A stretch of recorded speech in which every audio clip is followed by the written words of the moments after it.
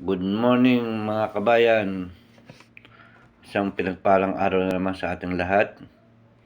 Binabati ko lahat ng Pilipino sa ang sulok ng mundo, lalo-lalo mga OFW.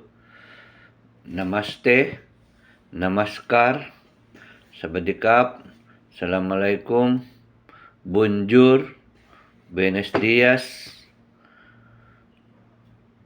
saranghe, opa, wa aini arigato. Saan man tayong sulok ng mundo, lagi lang tayong matatag para sa ating pamilya. Laban lang.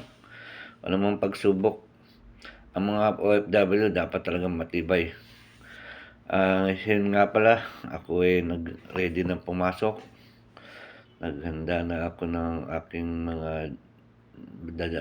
babaunin at mga pagkain.